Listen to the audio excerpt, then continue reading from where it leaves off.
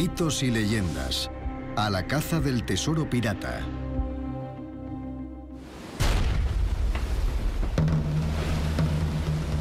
En 1701, el capitán Kidd fue ejecutado por piratería. Archipirata y enemigo universal de la humanidad. Pero con su muerte nació el misterio del tesoro escondido de Kidd.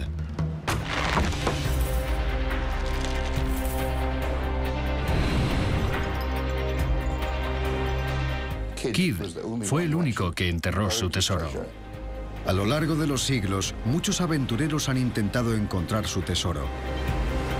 Nadie se esforzó más que el inglés Richard Knight. Fue poseído por el fantasma del capitán Kidd. Esta es una historia de épicas travesías navales, riquezas inimaginables perdidas, compartimentos secretos encontrados y mapas del tesoro escondidos donde la X marca el lugar clave. Pistas hacia los millones enterrados. Le pregunté si de verdad lo había encontrado y me respondió que sí. Pero la temeraria expedición de Knight hizo que acabara en una cárcel vietnamita temiendo por su vida. Lo arriesgó todo por encontrar el legendario tesoro del capitán Kidd.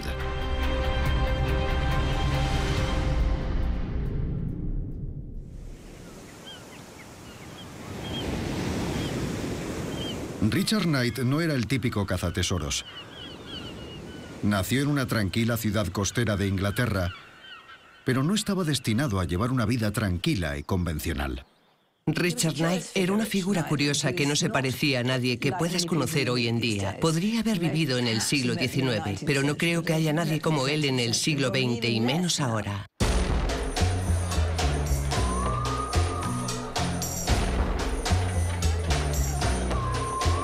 Knight era un hombre joven a principios de los años 60, cuando se mudó a París. Como vividor que era, disfrutó de la ciudad y de lo que aquellos tiempos cambiantes tenían que ofrecer. Era un aventurero, un buscavidas. Creo que quería disfrutar de la vida. Quería verlo y experimentarlo todo. Pero Richard Knight era un artista, un actor, y no solo había ido a París para divertirse, sino para aprender del gran mimo francés Marcel Marceau. Incluso alcanzó cierto éxito en su carrera como actor.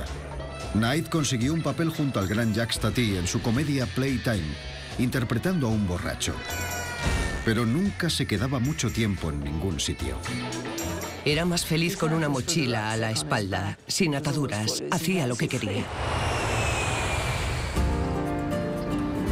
En 1978, Knight viajó a Hollywood en un intento de impulsar su carrera de actor. No se imaginó que su vida estaba a punto de dar un giro radical, no gracias a un director de reparto, sino a las acciones realizadas por un hombre 300 años antes, el capitán William Kidd.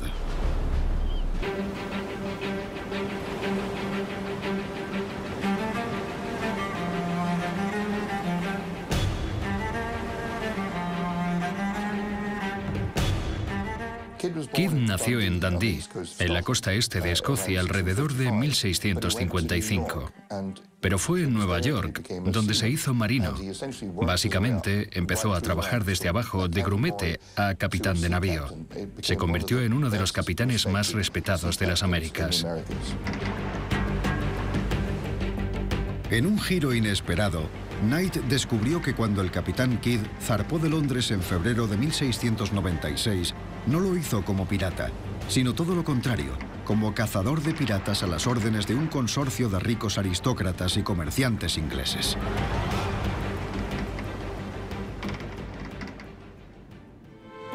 La floreciente economía de Gran Bretaña se basaba en gran parte en su comercio con la India. Los barcos de la Compañía Británica de las Indias Orientales habían obtenido pingües beneficios, pero la compañía tenía un problema cada vez mayor: los piratas. El desastre se produjo cuando un pirata inglés, el capitán Avery, se asoció a otros 5 capitanes piratas para atacar el convoy del Imperio Mogol de la India. Consiguieron un descomunal botín de más de $500,000 de monedas de oro y plata. Furioso, el emperador mogol tomó represalias. Su ejército atacó a la compañía y amenazó con poner fin al comercio entre Inglaterra y la India. El gobierno británico encargó al capitán William Kidd que atrapara a los piratas. No como oficial de la Marina Real, sino como corsario. Un corsario era alguien que tenía un barco y una tripulación al que otorgaban una licencia, una patente de corso para poder perseguir a los enemigos del país. Kidd fue puesto a las órdenes de un poderoso barco de 34 cañones, el Adventure Galley. La crisis era tan grave que la patente de corso que le otorgaba permiso para hacerse con los piratas, sus barcos y sus tesoros estaba firmada por el propio rey Guillermo III.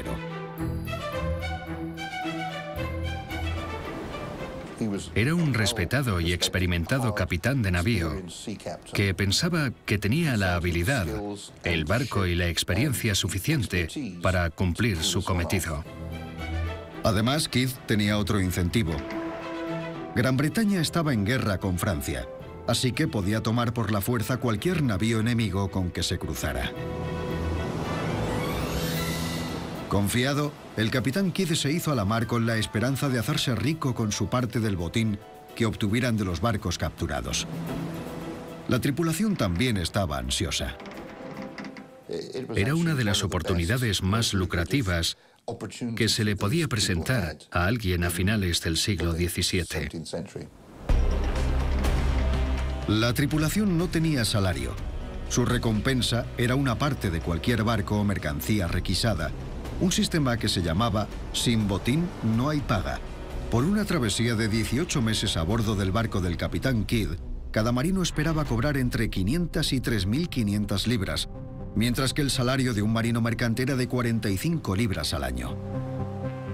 Un marino medio podía reunir una pequeña fortuna de un buen reparto si el botín era muy lucrativo. La parte de un botín normal sería suficiente para que pudiera montar un negocio, comprar una taberna o una granja, pero era la mejor oportunidad laboral que se le podía presentar a un marino a finales del siglo XVII.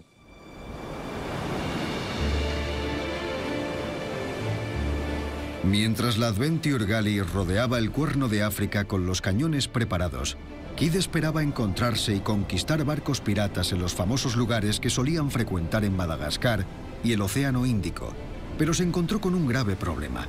No estaban allí. Para cuando llegó al Océano Índico, todos los barcos con los que se había cruzado eran aliados, ingleses u holandeses. No pudo encontrar ni piratas ni franceses. Así que cuando los meses fueron pasando y la tripulación no consiguió ninguna recompensa, las cosas empezaron a torcerse.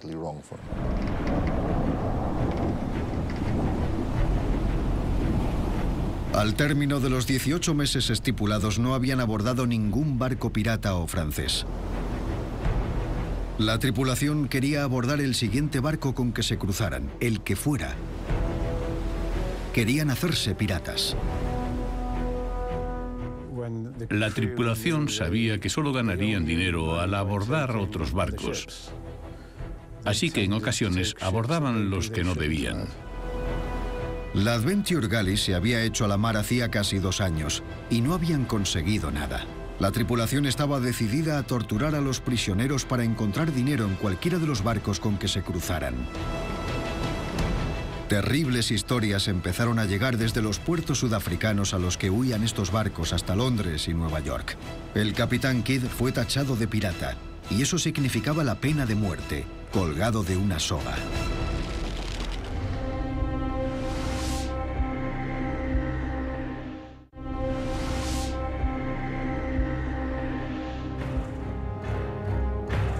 Knight se enteró de que para calmar a su rebelde tripulación, enriquecer a sus poderosos patrocinadores de Londres y salvar su propio pellejo, Kidd necesitaba un milagro, un gran barco pirata o francés cargado hasta la borda. ¡Barco a la vista! Como si fuera una respuesta a sus plegarias, oyó un grito del vigía que indicaba que habían avistado un barco, un navío mercante de gran tamaño que transportaba una pesada carga. En enero de 1698 le tocó el gordo y encontró un barco llamado Quedagh Merchant, que transportaba valiosas sedas, oro y joyas. Una auténtica mina. Por fin había encontrado el barco adecuado. El Quedagh Merchant no era un barco pirata, pero cuando el capitán le enseñó los papeles franceses, Kidd pudo apoderarse del barco de forma legítima.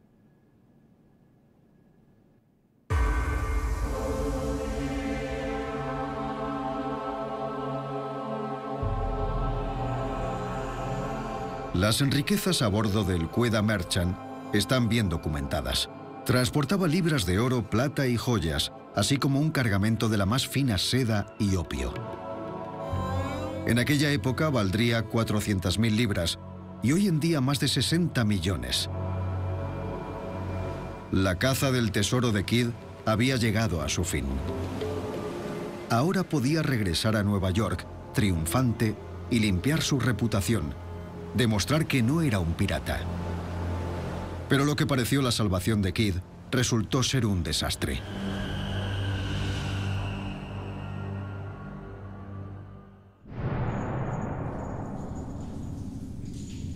En Nueva York, Kidd fue arrestado sin demora. El Quedagh Merchant no era un barco francés, sino que pertenecía a un poderoso comerciante indio. El capitán Kidd, que había sido enviado para dar caza a los piratas y calmar al imperio mogol de la India, no había sino empeorado la situación. Tras capturar su preciado navío, los comerciantes indios exigían la cabeza de Kidd. El gobierno británico estaba decidido a pacificar a los todopoderosos comerciantes indios y desesperado por salvaguardar el lucrativo comercio con el lejano oriente. Para comprar su libertad, Kidd les habló de un cofre del tesoro que había enterrado en una isla cercana. Cuando el gobernador de Nueva York, Lord Bellomont, lo desenterró, encontró 14.000 libras de oro y joyas, que hoy valdrían 2 millones. Pero Kidd no consiguió el indulto. El emperador indio quería acabar con Kidd, y el desafortunado capitán fue enviado de vuelta a Inglaterra para enfrentarse a un juicio por pirata y a la soga del verdugo. Aceleraron el proceso porque querían un veredicto, y uno en concreto, que Kidd fuera ahorcado. El 9 de mayo de 1701, el capitán William Kidd fue sentenciado a la horca.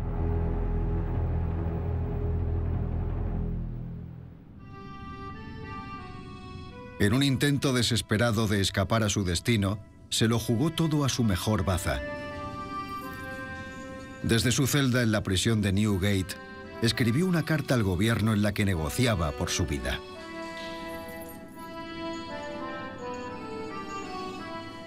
Rezo con humildad que les plazca representar a la honorable Cámara de los Comunes. En mis viajes por las Indias he recopilado objetos y tesoros por valor de 100.000 libras y es mi deseo que el gobierno pueda beneficiarse de ellas. Kidd afirmaba que había escondido otro tesoro mucho más valioso que ahora valdría 15 millones de libras y que si le perdonaban la vida, les llevaría hasta él. Esa fue la chispa que encendería el fuego que ha consumido a muchos cazadores de tesoros desde entonces. Fue con esa carta cuando nació la leyenda del tesoro escondido del capitán Kidd. Estaba tan seguro del botín que había reunido que dejó claro que deberían colgarlo si no cumplía con su palabra. Si fracaso en mi empeño, no pediré más merced que ser ejecutado en cumplimiento de mi sentencia. Su desafortunado y humilde servidor, William Kidd. Sin embargo, el gobierno perdería una suma mucho mayor a 15 millones de libras en acuerdos comerciales con la India, y no mordió el anzuelo.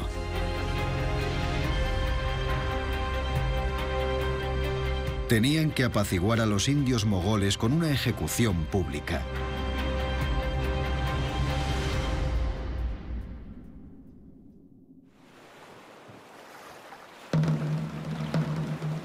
Siguiendo las órdenes del almirantazgo, el capitán Kidd fue llevado a orillas del Támesis en Wapping, Londres, para ser colgado entre las marcas de la marea alta y la baja.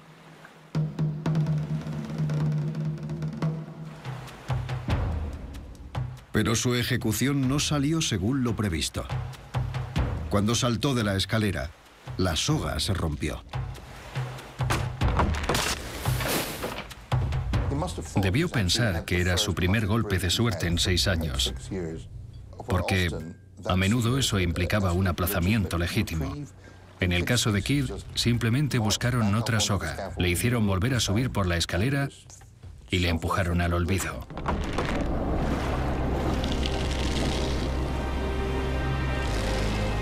Sin embargo, el almirantazgo consideraba que ahorcar a los piratas no era lo suficientemente disuasorio. El cadáver de Kidd fue encadenado a un poste del Támesis hasta que pasaran 3 mareas. El cuerpo, pintado con brea, estuvo 2 años colgado en una horca del estuario del Támesis como advertencia para que los marinos que lo vieran no se hicieran piratas.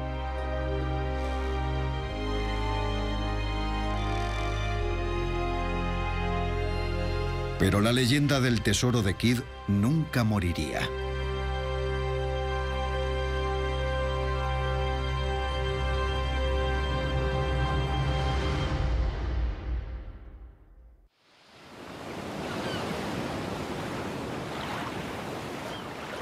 Casi 300 años después, en Santa Mónica, al sur de la costa de California, Richard Knight se había obsesionado con la historia del misterioso tesoro enterrado de Kidd y estaba decidido a encontrarlo.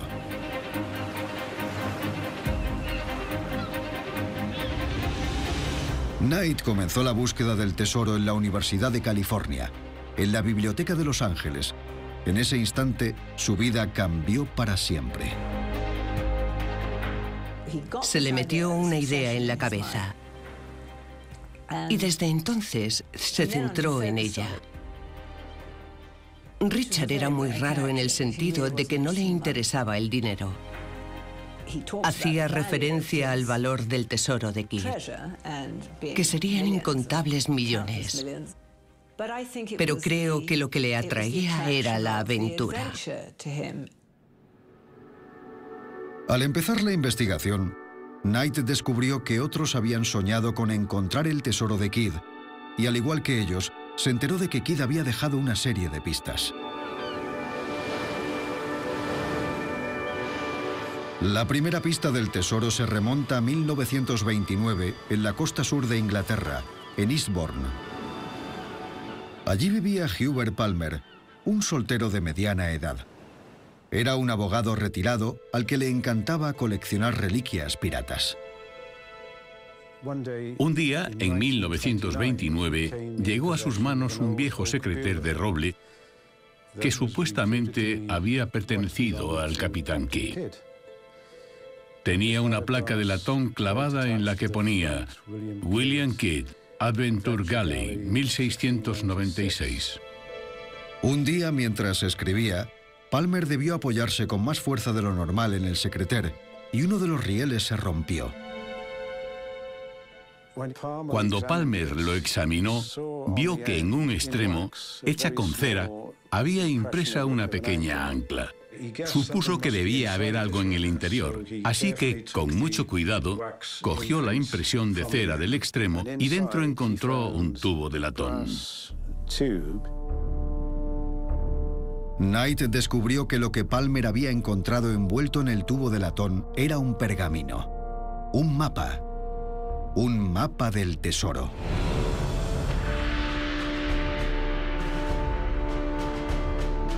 En él, una X marcaba el lugar clave, igual que en el libro La Isla del Tesoro. Pero había algo más. En la parte superior se leía Mar de China. A la izquierda había una brújula señalando al norte y debajo las iniciales de Kidd, WK.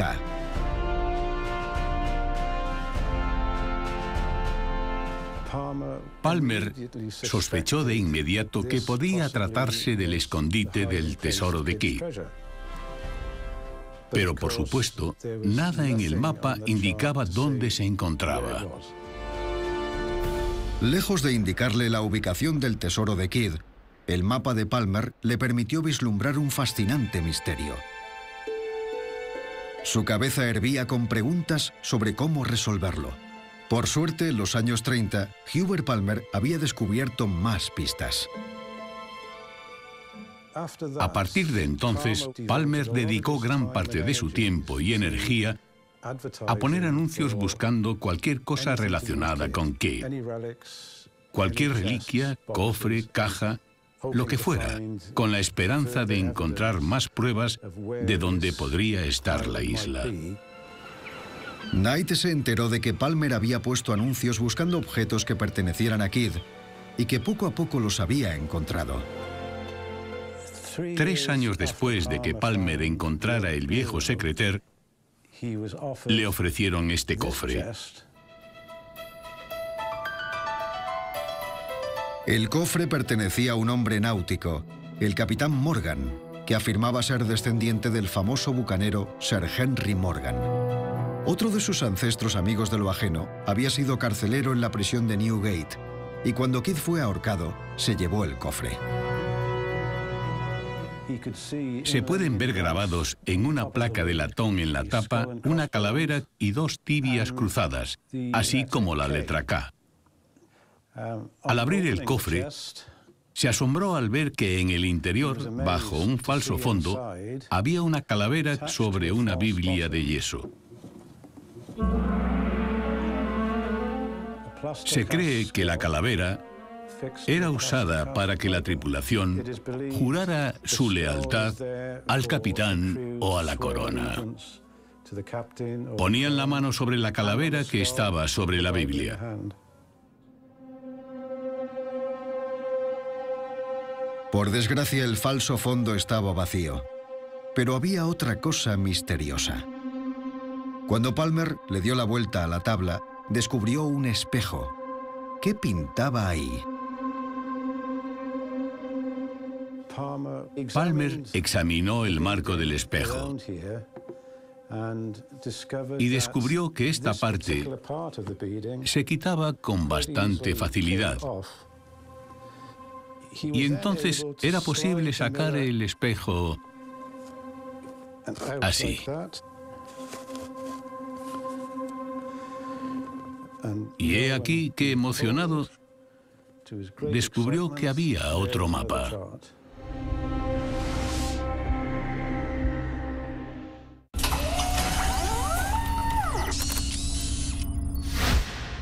Lo que comenzó con una pequeña disputa entre familias terminó como uno de los conflictos más sangrientos de la historia de América. Solo existe una manera de resolver esto, hermano. Kevin Costner y Bill Paxton protagonizan una serie basada en hechos reales, ganadora de un Globo de Oro y 5 Emmys. ¿Cuándo va a terminar? Cuando ya no nos quede más sangre que derramar.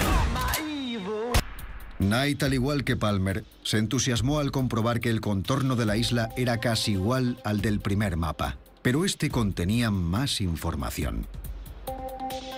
515 al sudeste, 50 al norte, 36 nordeste, 36 nordeste, rocas, 3 pies por 3 pies por 4. Knight estaba convencido de que eran indicaciones para llegar al tesoro, pero aparte de la pista Mar de China, no tenía ni idea de la situación de la isla. Ni latitud ni longitud. Necesitaban más. Por fortuna para Knight, Palmer tuvo otro extraordinario golpe de suerte cuando 2 años después pudo comprar un cofre que había pertenecido a Sarah, la mujer del capitán Kidd.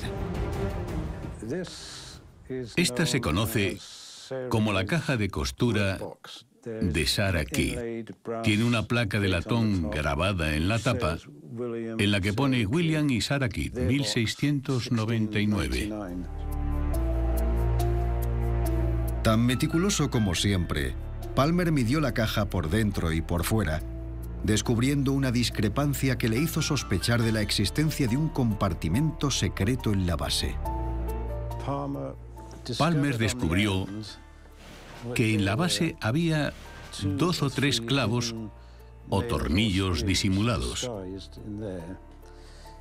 Finalmente consiguió sacarlos y quitar esta tablilla.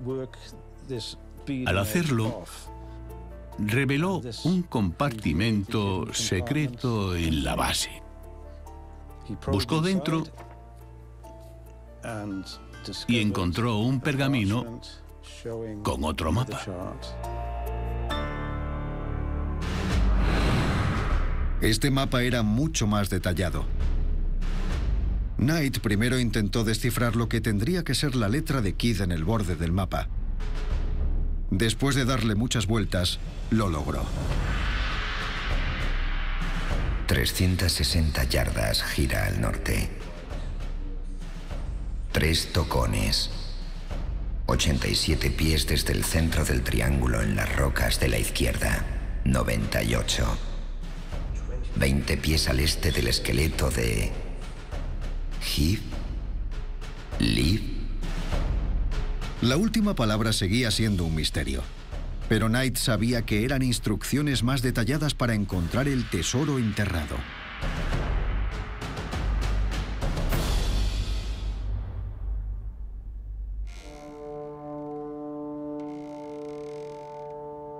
Y lo que es más importante, en él aparecía la latitud y la longitud. Knight tenía lo que necesitaba, una manera de localizar la isla. Pero había un problema. La longitud no se entendía bien.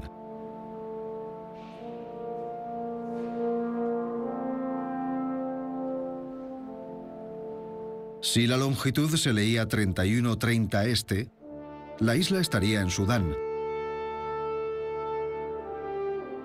La marca antes del 31 podría ser un 1, lo que situaría la isla en 131:30 al este, a 300 kilómetros de las Filipinas en pleno océano. Knight se dio cuenta de que tenía un gran problema con la longitud.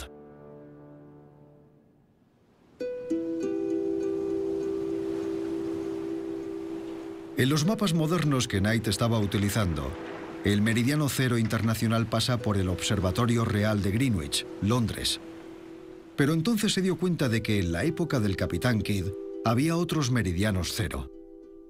Los franceses usaban el de París, los españoles el de Cádiz. El Teide, en Tenerife, también era popular entre los marineros. La longitud de la isla del tesoro dependería de qué meridiano hubiera usado Kidd. Knight probó con diferentes longitudes. La primera, 31:30 este, situaba la isla en Nigeria, lo cual no tenía sentido. Pero la segunda longitud, 131:30 este, situaba la isla en algún lugar entre Birmania y las Islas Filipinas, al sur del Mar de China. Eso tenía más sentido. El Mar de China aparecía mencionado en los mapas del tesoro de Kidd. Poco a poco empezó a pensar que había resuelto el misterio que se había resistido al resto. Knight consultó un mapa tras otro, examinando miles de islas en busca de una que coincidiera con los viejos pergaminos. Por fin, en el mapa hidrográfico del almirantazgo francés número 3686 de 1879, la encontró. Hontrelón. Tenía la forma, la orientación y el nombre adecuados. En inglés, Hontrelón era llamada la Gran Isla Pirata. Pero estaba en el peor sitio imaginable. Hontrelón estaba en las aguas territoriales de un país que tras una larga y amarga guerra con Estados Unidos se mostraba muy hostil ante los occidentales, el Vietnam comunista. La caza de tesoros a nivel internacional es muy costosa. Knight, con la intención de financiar su expedición a la isla del tesoro secreto de Kidd, se dirigió a Sídney, Australia. Poco a poco, Richard Knight consiguió atraer a un pequeño grupo para que invirtiera en sus sueños de tesoros. Pero su encanto nunca convencería al gobierno vietnamita para buscar tesoros en sus tierras. Necesitaba una tapadera. Para explicar la necesidad de un detector de metales sin levantar sospechas, Knight y sus patrocinadores decidieron pedir un permiso oficial para buscar minerales. Enviaron una carta desde la empresa geológica y minera del Pacífico australiano que terminaba por solicitarlo, pero no recibieron ninguna respuesta de los vietnamitas. El clima político de la Guerra Fría no dejaba a Richard Knight ningún medio legítimo para llegar a John-Trelon. Poco a poco, sus patrocinadores le abandonaron. Le dejaron a su suerte. Todos sus inversores le abandonaron. Pero en lugar de pensar, bueno, no lo haré hasta que pueda organizarlo en condiciones, pensó, ¿qué demonios? Lo haré yo mismo. En junio de 1981, Richard Knight había decidido que la única manera de llegar a la Isla del Tesoro era organizando una expedición ilegal. El primer paso de su invasión personal era acercarse lo máximo posible a Vietnam. Decidió establecer su base en Bangkok, Tailandia. Aún así estaba a 480 kilómetros por mar de John-Trelon, un viaje muy peligroso. Alquilar un barco que fuera lo suficientemente grande pero que pasara inadvertido y le pudiera dejar cerca de John-Trelon sería complicado. Además, tenía que encontrar una tripulación que estuviera dispuesta a hacerlo. Entonces, Knight siguió el ejemplo del capitán Kidd, ofreciendo una parte del tesoro, pero aún así no encontraba a nadie que se prestara voluntario para un viaje tan arriesgado. Hasta que un amigo le presentó a un joven estadounidense de 18 años, Fred Graham. Acabó encontrando a la persona perfecta, un joven fotógrafo que también quería vivir una aventura. Fred Graham se había ido de su casa en California con una cámara nueva para convertirse en fotógrafo de guerra. Pero sin experiencia, no pudo hacerse un hueco en la profesión. Estaba en un callejón sin salida, y la caza del tesoro de Richard Knight le ofrecía el tipo de emociones que andaba buscando. Knight le ofreció el 15% del tesoro. Graham negoció que su parte fuera un 40%. Cerraron el trato, pero igual que la tripulación de Kidd, si no encontraban el tesoro no conseguiría nada. La decisión de acompañar a Knight le saldría cara.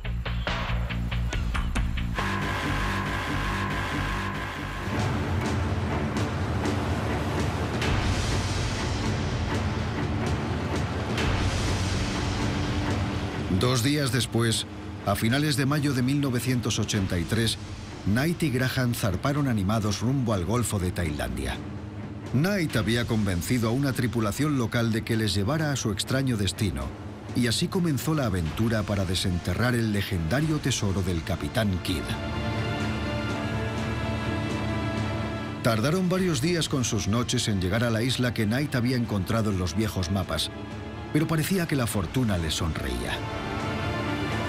El Golfo era un lugar frecuentado por los verdaderos piratas del siglo XX.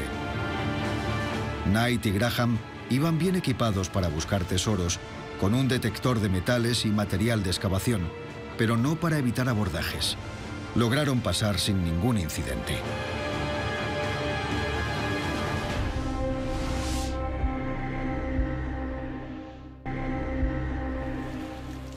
Después de varios días en alta mar, Knight y Graham arribaron a su isla del tesoro. El descabellado plan de Knight parecía estar saliendo bastante bien. En la isla reinaba la calma, y Knight decidió esperar a que amaneciera para buscar el legendario tesoro del capitán Kidd. Al fin y al cabo, llevaba esperándoles casi 300 años. Podría esperar una noche más.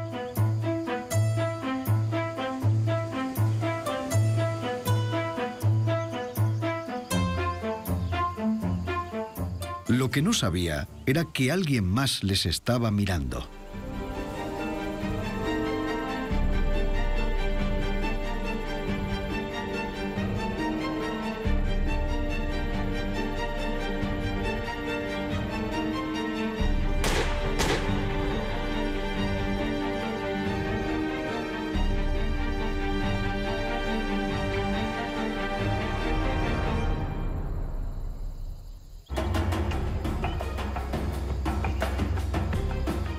Los vietnamitas tenían un sinfín de preguntas para Richard Knight, ¿Quién era?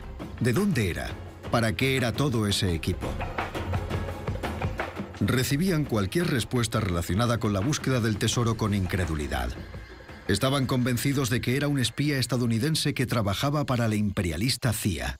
Si Knight no era capaz de echar por tierra la teoría del espionaje, se enfrentaría a un destino similar al del Capitán Kidd: la ejecución.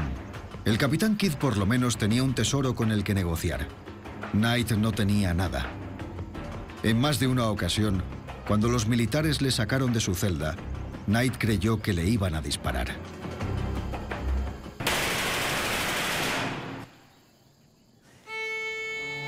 Los meses seguían pasando y Knight luchaba por mantener la cordura. Le dio una función a cada rincón de su celda. Uno para mirar al futuro y otro para mirar al pasado. Uno para rezar y otro para la comedia. Pero después de 4 meses sin contacto alguno por parte de los gobiernos británico y estadounidense, parecía que no saldría de allí con vida. No era consciente de que le quedaba una débil esperanza. Justo antes de la desafortunada caza del tesoro, el joven Fred Graham había tenido la prudencia de organizar que se enviara una carta a su padre si no volvía a los 30 días. Escribió: Si estás leyendo esta carta, es que algo ha salido muy mal. Estaré muerto o en la cárcel. La carta de Graham les salvó a los dos. Al saber que Knight y Graham habían ido a Vietnam, tanto la embajada británica como la estadounidense iniciaron sendas investigaciones. Richard Luce, que era el secretario de Estado de Asuntos Exteriores y el diputado de la localidad de la familia de Knight, escribió a su madre: Le aseguro que la embajada continuará presionando a los vietnamitas para averiguar dónde retienen a su hijo.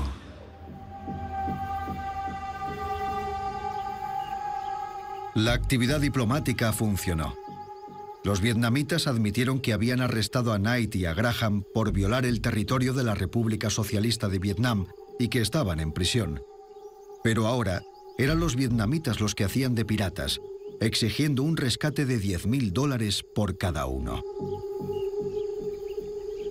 Ni el gobierno británico ni el estadounidense pagarían un solo centavo. El gobierno británico no paga rescates de forma oficial. Dicen que no lo hacen, porque si no, volverá a ocurrir. El 17 de mayo de 1984, Fred Graham fue liberado y devuelto a Estados Unidos. Pesaba casi 20 kilos menos que cuando se fue de casa en pos de aventuras. Su familia y sus amigos de California habían reunido el dinero para que su cautividad no llegara al año. El desafortunado Richard Knight seguía en la cárcel.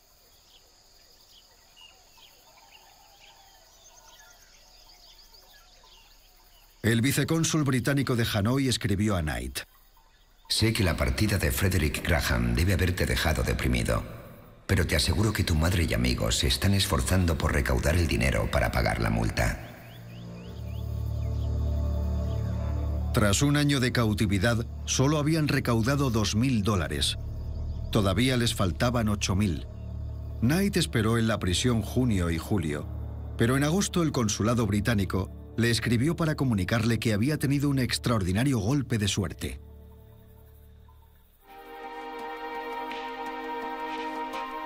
Una contribución especialmente generosa de un ciudadano británico afincado en California ha permitido que podamos liquidar el importe de la multa. A principios de agosto de 1984, Richard Knight recibió el mayor tesoro de todos.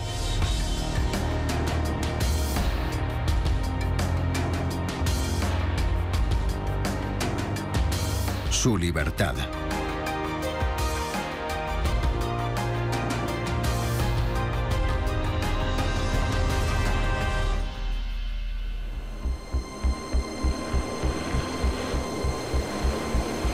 En los años siguientes, la sed de aventuras de Fred Graham permaneció insaciable. Logró ganarse la vida como fotógrafo e irónicamente trabajó para la CIA durante el conflicto en El Salvador. Ahora se dedica a escribir thrillers políticos. Pero Richard Knight nunca dejó de buscar el tesoro. No pareció haberse arrepentido de lo que hizo, o al menos de haberlo hecho de una manera tan disparatada. Nunca abandonó su sueño, y eso lo sé porque la última vez que me despedí de él se marchaba a China para buscar un patrocinador que le ayudara a retomar la búsqueda del tesoro.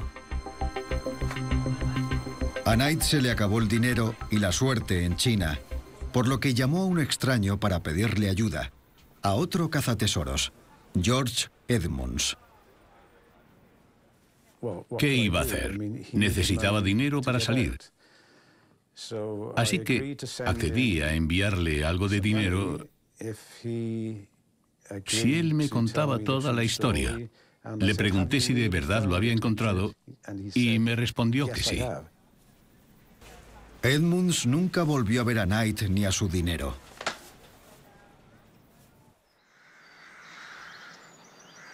Richard Knight murió en Carlisle, al norte de Inglaterra, en 2002.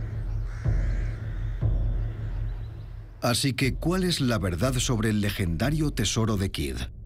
No cabe duda de que enterró un cofre que contenía 14.000 libras y que fue encontrado bajo las órdenes de Lord Belmont, gobernador de Nueva York. Pero, ¿qué pasa con la afirmación de Kidd de haber escondido 100.000 libras más? La pregunta es, ¿fue Kidd totalmente sincero en cuanto a la cantidad de oro y joyas que había enterrado? ¿Había pretendido Kidd guiar un barco a un tesoro escondido? ¿O era un último intento desesperado de salvar su vida? ¿Pretendía una vez en alta mar intentar escapar?